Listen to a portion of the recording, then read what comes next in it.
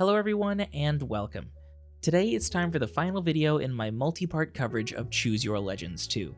We've gone over Celica, Hector, and Ephraim, leaving the best for last, Veronica. Brave Veronica is a cavalry healer with 144 BST. Her stats are aggressive, to put it mildly. Her attack and speed are incredible at 32-36. She has 57 physical bulk on neutral and uses res as her natural dump stat. If we compare Veronica to similar healers like Elise or Maribel, her higher speed gives her an edge. She does have a little bit less attack than Maribel on neutral, but that's more than made up for by her personal weapon. Veronica's weapon is hard to pronounce, at least for me. Regardless, it's our first playable personal staff, and it's very good. With 14 might, Veronica's staff gives her a big boost in damage. The real power, though, lies in its effect. First, it grants Veronica Dazzling Staff. On the player phase, she simply cannot be countered. Second, after combat, Veronica's opponent and all enemies within 2 spaces take a -4 penalty to every stat. Then, Veronica and all allies within 2 spaces get +4 to all of their stats. Basically, Veronica's weapon is an uncounterable, magical version of Soth's personal dagger, on a unit chassis that has 3 movement and high speed. Veronica's base kit does include Wrathful Staff as well. She's ready to razzle-dazzle her opponents into the dirt without any investment. The rest of Veronica's kit is decent if incomplete. Her heal is Recover Plus. Long term, you may want to replace this with Physic Plus or Restore Plus, but it isn't necessary. Her special is both new and inheritable. Windfire Balm is a 300 SP healer special. 300 isn't 500 for the purposes of scoring, but this is a welcome addition for players that want to use healers in the arena. While Windfire Balm is good in the arena or arena assault, it really shines in rival domains and Grand Conquest. It's a great way to go on the offensive on those tough Infernal Grand Conquest maps. Veronica's B, as mentioned, is Wrathful Staff. No surprise there. Veronica wants to attack, and if this skill wasn't in her base kit, it would be the first thing that many players give to her. To be honest, I think IS was just throwing us a bone here. Finally, Veronica's C is Close Guard. Legendary Lucina brought us Distant Guard, so I guess it's no surprise that Close Guard came shortly after. This skill is really powerful for tanking. It stacks with itself and other in-combat bonuses, including the Close Defense Sacred Seal, Steady Breath, or Ostian Counter on other units.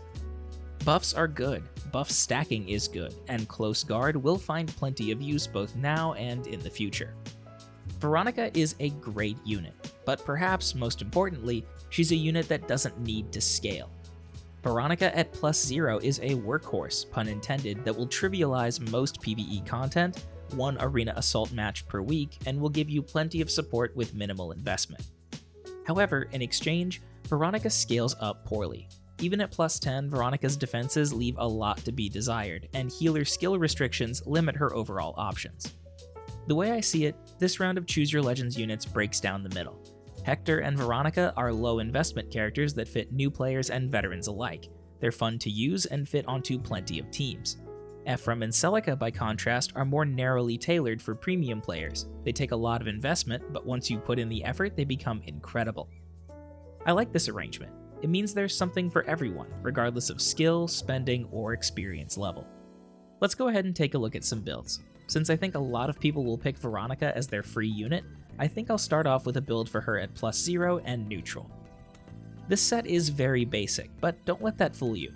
Veronica can do work, especially with arena bonus stats. Healer A-slot choices are very limited, so outside of expensive premium options, you're basically forced into using attack +3 or speed +3. As a nice bonus, the speed does help you on the enemy phase. Veronica isn't bulky, but she can tank a single hit most of the time. The weapon and B are no-brainers. Her C skill is flexible, but Close Guard is powerful enough to keep. Finally, we run Savage Blow as a Sacred Seal for more chip damage. Although her attack is unimpressive without merges, a few buffs can get you over the hump. She's particularly threatening against low resistance armors, and even with only a few stats, can secure a surprising number of 1-round KOs. Moving on, let's take a look at a premium close counter build. This set gives you decent damage output and a real enemy phase. Even when buffed, Veronica is brittle. She only has 75 physical bulk. but she's more than fast enough to avoid doubles from relevant arena threats. At least ones that aren't Brave Ephraim or using Bolt Fighter. The debuff from her personal weapon does a lot of work here, and that's part of why I like this build. We keep her personal weapon alongside Wrathful Staff. The A skill is close counter, the C skill is flexible, and the Sacred Seal is close defense. I'm using Close Guard as an example, but something like Savage Blow is fine too. Finally, here's another high investment set for Veronica. There are two big decisions to make here, but the end result is very similar, so you basically want to choose based on personal preference. The idea is that you use Attack Speed Push in combination with Live to Serve. Veronica is a potent attacker in her own right, and Live to Serve gets you back into push range if you need to. If you don't mind being more restrained on positioning, you can replace Attack Speed Push with Attack Speed Bond. This eliminates the need for Live to Serve, but in exchange, you need to keep Veronica adjacent to an ally on the player phase. This set is linear, but it's pretty much a 3-movement colorless mage with good offensive stats. It's strong in every game mode, and were it not for low score potential, I think it would be really frustrating in the arena. Overall, I think Veronica is in a tie with Hector for best free pick. She's easy to use, brings a lot of value to any team that she's on, and takes minimal investment to shine.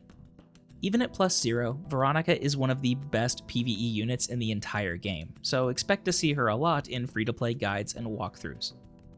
Although merging Veronica to +10 is a thing that you can do, I wouldn't really recommend it unless you're a bona fide whale, or unless you wait for her to share a legendary banner with a legendary colorless hero that you care about. Thank you very much for watching. If you enjoyed the video, please consider leaving a like or subscribing.